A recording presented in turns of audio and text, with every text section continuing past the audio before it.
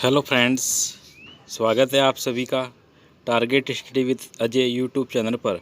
हम लेकर आए हैं आपके लिए अक्षांश, देशांतर, भूमध्य रेखा, कर्क रेखा, मकर रेखा, आर्कटिक रेखा, अंटार्कटिक रेखा, तिथि रेखा के बारे में विस्तृत जानकारी। आइए दोस्तों, वीडियो को शुरू करते हैं।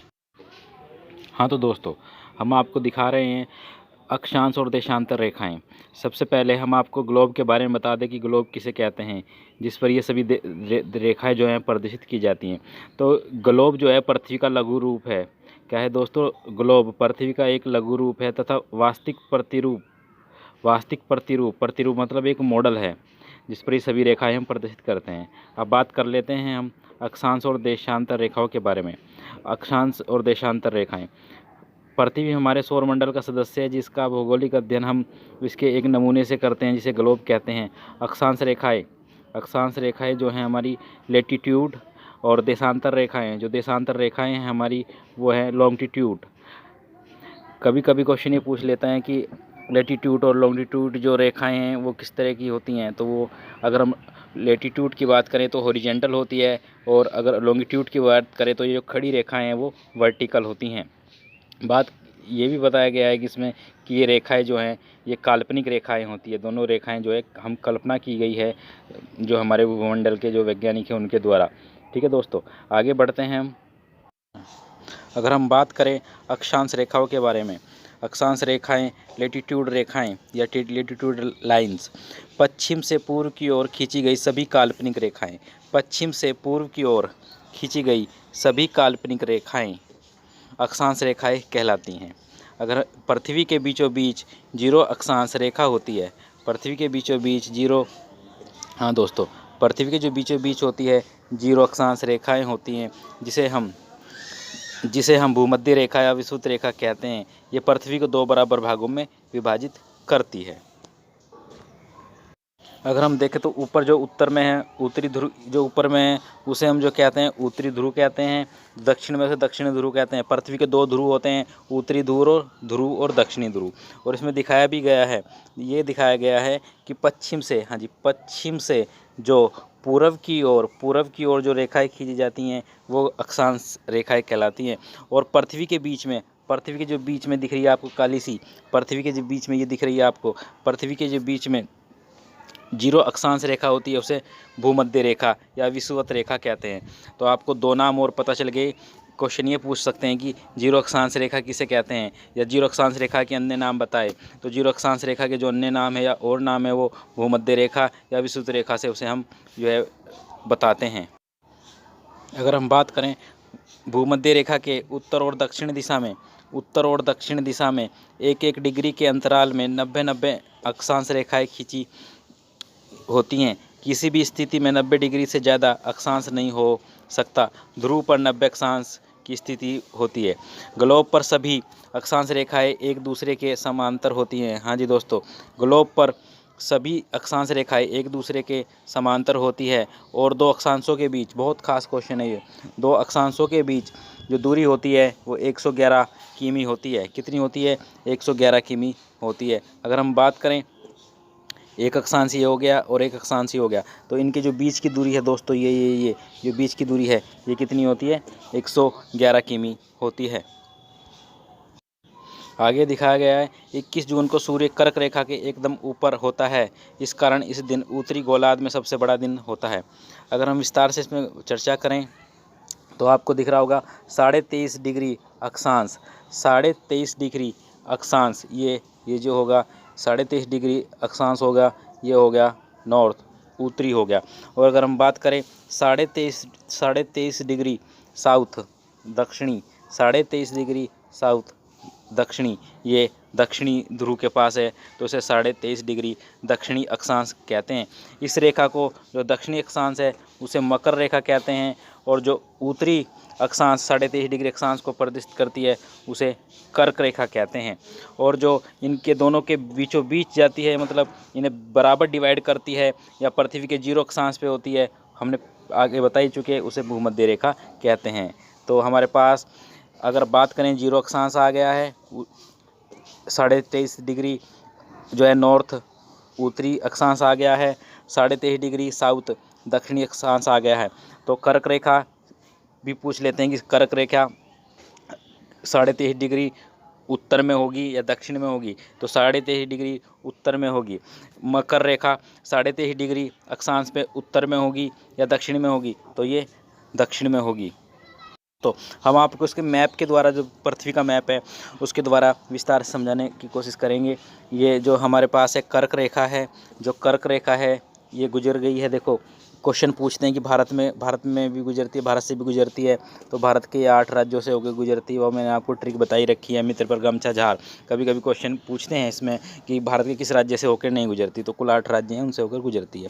और बात करें शून्य अक्षांश या भूमध्य रेखा या विषुवत रेखा, तीनों नाम एक ही हैं इसके। शून्य अक्षांश, भूमध्य रेखा, विषुवत रेखा, ये जो है ये नीचे को होकर गुजरती है। ये देख लीजिए, ये जा रही है, ये जा रही है। और अगर बात करें मकर रेखा, मकर रेखा को खोल दिया है, ये जा रही है नीचे, देखो ये जा रही है, ऑस्ट्रेलिया को कट करके जा रही है। ठीक है दोस्तों, कभी कभी क्वेश्चन ये पूछ लेते हैं कि ऐसी, तो कभी कभी क्वेश्चन, हाँ जी, तो कभी कभी क्वेश्चन ये पूछ लेते हैं कि तीनों की तीनों जो रेखाएं हैं, कर्क रेखा, भूमध्य रेखा और मकर रेखा, वो किस महाद्वीप को क्रॉस करती हैं। तो मात्र एक महाद्वीप है, अफ्रीका महाद्वीप। अफ्रीका महाद्वीप यहाँ तक है दोस्तों। अफ्रीका महाद्वीप से तीनों की तीनों क्रॉस होती हैं या तीनों की तीनों टच करके निकलती हैं इसको। तो एकमात्र महाद्वीप अफ्रीका महाद्वीप को कर्क रेखा, भूमध्य रेखा और मकर रेखा काटती हैं। चलो आगे बढ़ते हैं दोस्तों।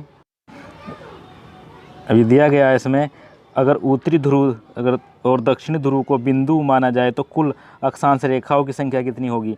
तो ये 7 टाइप हो गया, ये 8 है, 8 9 8 9।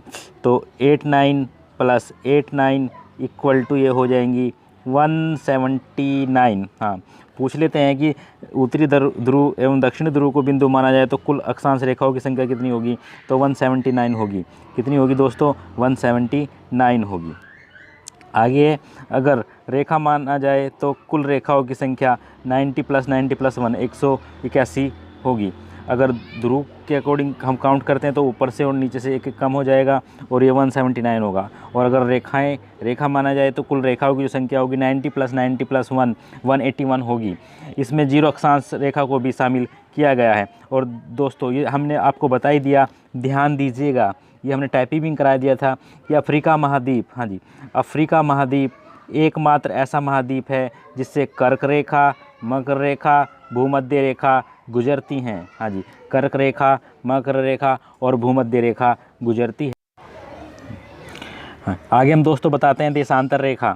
देशांतर रेखा के बारे में कि देशांतर रेखा कहाँ से गुजरती है और ये कहाँ कहाँ पर टच होती है। देशांतर रेखा की थ्योरी है उत्तरी ध्रुव तथा दक्षिणी ध्रुव को मिलाने वाली, हाँ जी, उत्तरी ध्रुव एवं दक्षिणी ध्रुव को मिलाने वाली काल्पनिक रेखा को देशांतर रेखा कहते हैं। काल्पनिक रेखा को क्या कहते हैं दोस्तों, देशांतर रेखा कहते हैं। अगर हम बात करें ध्रुवों से भूमध्य रेखा की ओर जाने पर, ध्रुवों से भूमध्य रेखा की ओर जाने पर रेखाओं के बीच की दूरी बढ़ती जाती है और भूमध्य रेखा से ध्रुवों की ओर जाने पर देशांतर रेखाओं की बीच की दूरी घटती जाती है। ये इसकी थ्योरी है। देशांतर रेखाएं समांतर नहीं होती, हाँ जी, देशांतर रेखाएं समांतर नहीं होती। दो देशांतर रेखाओं के बीच सबसे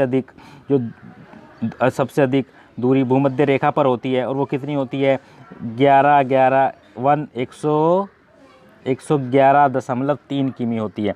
पिछली बार अगर हम उसमें बात करें अक्षांश रेखाओं के जो बीच की दूरी थी, दो अक्षांशों के बीच की दूरी थी, वो 111 किमी थी। और अगर हम देशांतरों की बात करें, इन दो देशांतरों के बीच की दूरी होगी वो भी लगभग इतनी होगी, लेकिन ये थोड़ा ज़्यादा होगी, 111.3 किमी होगी। अब बात कर लेते हैं ग्रीनविच वेधशाला। हाँ जी, शून्य देशांतर रेखा को प्रधान यामोत्तर या प्रधान मध्याह्न रेखा या ग्रीनविच रेखा कहा जाता है। इस शून्य देशांतर रेखा, हाँ जी, इस शून्य देशांतर रेखा से पूर्व और पश्चिम की ओर 1-1 डिग्री के अंतराल में 180 देशांतर रेखाएं खींची गई हैं।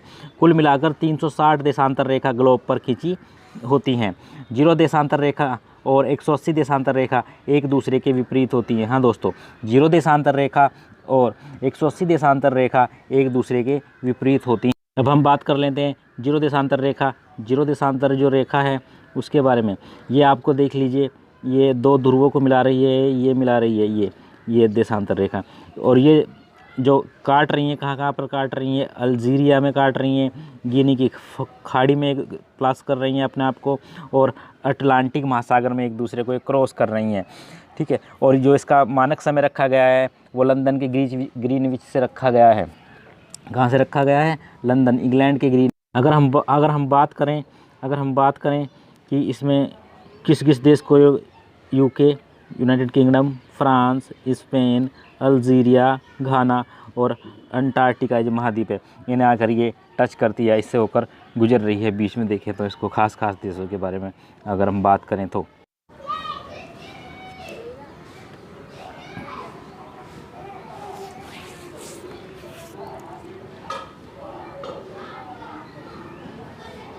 अगर हम अंतर्राष्ट्रीय समय रेखा जीरो देशांतर पे बात करें, इसे ब्रीफली समझाएं आपको, तो ये देखिए जीरो देशांतर रेखा या यूनिवर्सल टाइम ग्रीनविच टाइम कहलाता है। ग्रीनविच से पूर्व के स्थानों का समय ग्रीनविच समय से आगे होता है। जो पूर्व के स्थान होते हैं ये समय जो आगे होता है। भारत हमारा जो इंडियन समय है, इंडियन स्टैंडर्ड टाइम, वो भी 5.5 घंटे आगे है। तो अगर पूर्व की साइड चलेंगे तो समय और आगे होता जाएगा। ये कहा भी गया है ग्रीनविच से पूर्व के स्थानों का समय ग्रीनविच समय से आगे होता है, और ग्रीनविच से पश्चिम के स्थानों का समय ग्रीनविच से पीछे होता है। अगर ये जो पश्चिम के ये देश हैं, यहाँ पे समय जो होगा पीछे होगा, और पूर्व के देश में ग्रीनविच के अनुसार समय आगे होगा। अंतर्राष्ट्रीय तिथि अगर हम बात करें, अंतर्राष्ट्रीय तिथि रेखा का ये विस्तार से बताया गया है।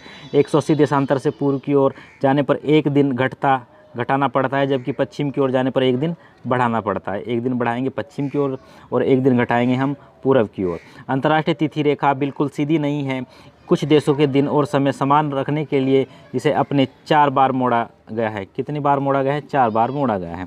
अंतर्राष्ट्रीय तिथि रेखा को प्रशांत महासागर से होकर खींचा गया है। इसके सबसे नज़दीक बेरिंग जल डमरू है। कभी कभी क्वेश्चन पूछ लेते हैं कि अंतर्राष्ट्रीय तिथि रेखा है उसे कहाँ से होकर खींचा गया है, तो उसको प्रशांत महासागर से होकर खींचा गया है। और ये बेरिंग जो हमारा बेरिंग जल डमरू है, बेरिंग संधि है, वहाँ को ये टच करती है।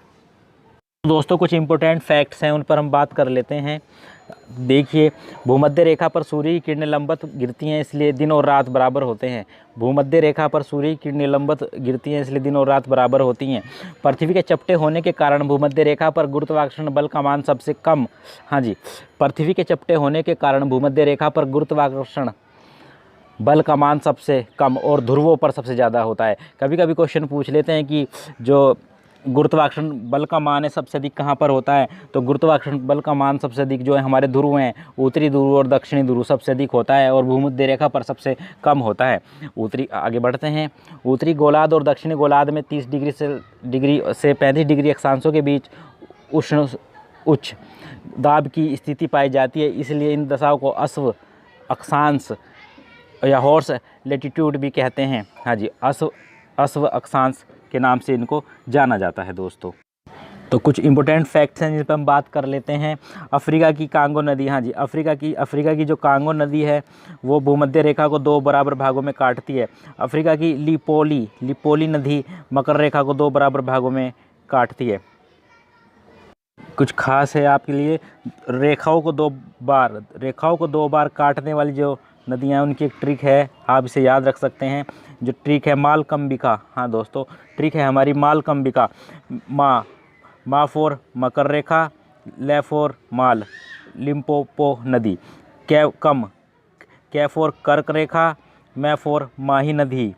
और अगर हम बात करें बिका, बी फॉर विषुवत रेखा, और के फॉर कांगो नदी। तो ये एक शॉर्ट ट्रिक है, इसके लिए आप इसका स्क्रीनशॉट लेना चाहे तो स्क्रीनशॉट भी ले सकते हैं। ये एक नॉर्मली तरीके से समझाया गया है। सुबह नाश्ता करते हुए अगर आप बिस्किट खा रहे हैं तो उसके अकॉर्डिंग भी आप इसको समझ सकते हैं।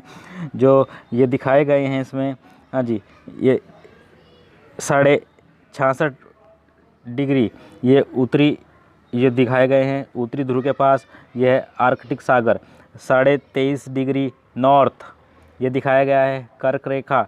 0 डिग्री अक्षांश आपको पता ही है, भूमध्य रेखा 23.5 डिग्री साउथ आपको पता ही है, मकर रेखा। और अगर हम बात करें 66.5 डिग्री दक्षिण की बात करें, दक्षिणी ध्रुव की बात करें, तो अंटार्कटिक ये एक शॉर्टली बताया गया है इसमें। तो कुछ प्रश्नों का भी अभ्यास कर लेते हैं, आपको हमने बता ही दिया अच्छे से। तो देख लिए, हमारा पहला प्रश्न है, देशांतर रेखाओं की संख्या कितनी होती है। हाँ जी, जो देशांतर रेखाएं हैं उनकी संख्या कितनी होती है। आपने बताया ही था कि देशांतर रेखा जो है वो कितनी खींची जाती हैं पूरी ग्लोब पर, तो वो है 360। हाँ जी, कितनी होती है, 360। अगर हम बात करें क्वेश्चन नंबर 2 पर, विषुवत रेखा के समांतर काल्पनिक जो रेखाएं क्या कहलाती हैं। विषुवत रेखा के समांतर काल्पनिक रेखाएं क्या कहलाती हैं, तो वो कहलाती है जीरो अक्षांश। क्या कहलाती हैं, या जीरो अक्षांश कहलाती हैं या अक्षांश रेखाएं कहलाती हैं। क्वेश्चन नंबर 3 है हमारा, पृथ्वी के उत्तरी ध्रुव एवं दक्षिणी ध्रुव को, हाँ जी, उत्तरी ध्रुव एवं दक्षिणी ध्रुव को मिलाने वाली रेखा क्या कहलाती हैं। तो पृथ्वी के उत्तरी ध्रुव एवं दक्षिणी ध्रुव को मिलाने वाली रेखा जो है वो देशांतर रेखाएं कहलाती हैं। क्या कहलाती हैं, देशांतर रेखाएं कहलाती हैं। क्वेश्चन नंबर 4 है दोस्तों, प्रधान मध्याह्न रेखा किस स्थान से होकर गुजरती है। तो जो ये रेखा गुजरती है ये ग्रीनविच, हाँ जी, कहाँ से होकर गुजरती है, ये ग्रीनविच से होकर गुजरती है। नेक्स्ट क्वेश्चन है, ग्रीनविच रेखा से तात्पर्य क्या है। हाँ जी, ग्रीनविच रेखा से क्या तात्पर्य है, तो ये है जीरो देशांतर रेखा। ग्रीनविच रेखा क्या है, जीरो देशांतर रेखा ही ग्रीनविच रेखा कहलाती है। जीरो देशांतर रेखा ही ग्रीनविच रेखा कहलाती है। हम बात करें पृथ्वी एक घंटे में कितना देशांतर घूम लेती है, तो जो पृथ्वी है 1 घंटे में लगभग 12 डिग्री देशांतर घूम लेती है। 1 घंटे में कितना घूमती है, 15 डिग्री देशांतर कितना घूमती है दोस्तों, 15 है, सॉरी, ये 15 डिग्री देशांतर। तो अगर हम पूछें कि 15 डिग्री का कितना रखेंगे, वो रखेंगे हम 60 मिनट। कितना रखेंगे, 60 मिनट। जब हम 15 डिग्री का 60 मिनट रखेंगे और इसको हम डिवाइड करेंगे 1 डिग्री के बराबर कितना हो जाएगा, 15 चौका 60 मिनट। तो क्वेश्चन ये बन जाता है कि जो इनके बीच का समय कितना है, एक देशांतर के बीच का समय कितना रहेगा, कितने मिनट का फ़र्क पड़ता है, 4 मिनट का फ़र्क पड़ता है। तो यहीं से निकल कर आता है वो 4 मिनट का जो अंतर निकालते हैं कि पृथ्वी 1 घंटे में कितना देशांतर घूम लेती है। तो जब वो 15 डिग्री घूम लेगी उसके बाद आप बराबर कर देंगे, 15 बराबर किसके कर देंगे, 60 के। अब ये पूछ रहे हैं कि 15 ये कहाँ से आया है, तो 15 ये आया है, उसमें हम आपको विस्तार से बता दें 15 कहाँ से आया है। जो 15 आया है ये आया है 24 घंटे में से।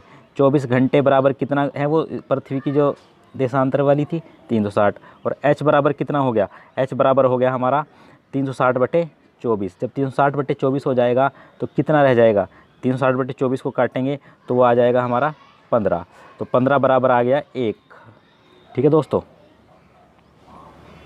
करते हैं दक्षिणी ध्रुव का अक्षांश है। दक्षिणी ध्रुव का जो अक्षांश है वो कितना है, तो दक्षिणी ध्रुव का जो अक्षांश है वो है 90 डिग्री। हाँ जी, कितना है दोस्तों, 90 डिग्री है। क्वेश्चन नंबर 8 है, कर्क रेखा कहाँ से नहीं गुजरती है। हाँ जी, कर्क रेखा किस देश से नहीं गुजरती, तो वो है नेपाल। कर्क रेखा नेपाल से नहीं गुजरती है। दोस्तों हमारा क्वेश्चन है, यहाँ पर दिन और रात एक समान होते हैं, तो कहाँ पर दिन और रात एक समान होते हैं, वो होते हैं भूमध्य रेखा पर। हाँ, कहाँ होते हैं दोस्तों, भूमध्य रेखा पर। भूमध्य रेखा का दूसरा नाम जीरो अक्षांश रेखा, वेरी गुड। और तीसरा नाम विषुवत रेखा, बहुत अच्छे, तीनों एक ही नाम है, इसका मतलब आपको समझ आ रही है दोस्तों। नेक्स्ट क्वेश्चन है क्वेश्चन नंबर 10, निम्नलिखित देशों पर विचार कीजिए। ऑस्ट्रेलिया, नामीबिया, ब्राज़ील, चिली, उपयुक्त में से किस से होकर मकर रेखा गुजरती हैं। हाँ जी, किस देश से मकर रेखा, किन देशों से मकर रेखा गुजरती है। तो हमने आपको नक्शे में दिखाई दिया था कि कितने देश हैं, तो वो इन चारों के चारों ABCD 4 ऑप्शन से चारों के चारों जो देश हैं इनसे होकर जो है मकर रेखा गुजरती है। नेक्स्ट क्वेश्चन है, भूमध्य रेखा निम्न में से किस देश से होकर नहीं गुजरती। हाँ जी, किस देश से होकर जो है भूमध्य रेखा नहीं गुजरती, तो वो देश है मैक्सिको। हाँ जी, किस देश से होकर नहीं गुजरती, वो देश है मैक्सिको, इससे भूमध्य रेखा होकर नहीं गुजरती है। नेक्स्ट क्वेश्चन है हमारा, निम्नलिखित में से कौन सा व्रत का उदाहरण है। तो व्रत का जो उदाहरण है वो है दोस्तों ऑप्शन सी, भूमध्य रेखा। हाँ जी, कौन सा है? ऑप्शन सी, भूमध्य रेखा व्रत का उदाहरण है। नेक्स्ट क्वेश्चन है question number 13, Tropic of Cancer. Tropic of Cancer निम्नलिखित में से क्या है? तो दोस्तों आपको पता होगा ट्रॉपिक ऑफ कैंसर, ट्रॉपिक जो कि है कर्क एक कैंसर तो रोगी तो है कर्क, तो ट्रॉपिक ऑफ कैंसर निम्न में से क्या है? इसका जो सही आंसर है 23.5 डिग्री उत्तरी अक्षांश। ट्रॉपिक ऑफ कैंसर क्या है? कर्क रेखा वाला ही पूछ रहा है, कर्क रेखा से संबंधित है, 23.5 डिग्री उत्तरी अक्षांश ही ट्रॉपिक ऑफ कैंसर है। करते हैं क्वेश्चन नंबर 14 है हमारा, एक देशांतर से दूसरे देशांतर के बीच कितना समय अंतराल होता है? हाँ दोस्तों, मैंने आपको ये सोल्व करके भी दिखाया था। एक देशांतर से दूसरे देशांतर के बीच जो समय अंतराल होता है वो होता है अपना 4 मिनट। कितना होता है? 4 मिनट का समय इसके अंदर होता है। बात करते हैं क्वेश्चन नंबर 15 पर, दो अक्षांश रेखाओं के बीच की दूरी कितनी होती है? ये आपको बता ही चुके हैं हम। दो अक्षांश रेखाओं के जो बीच की दूरी होती है वो होती है 111, हाँ जी 111 किमी, मील नहीं दोस्तों, 111 किमी।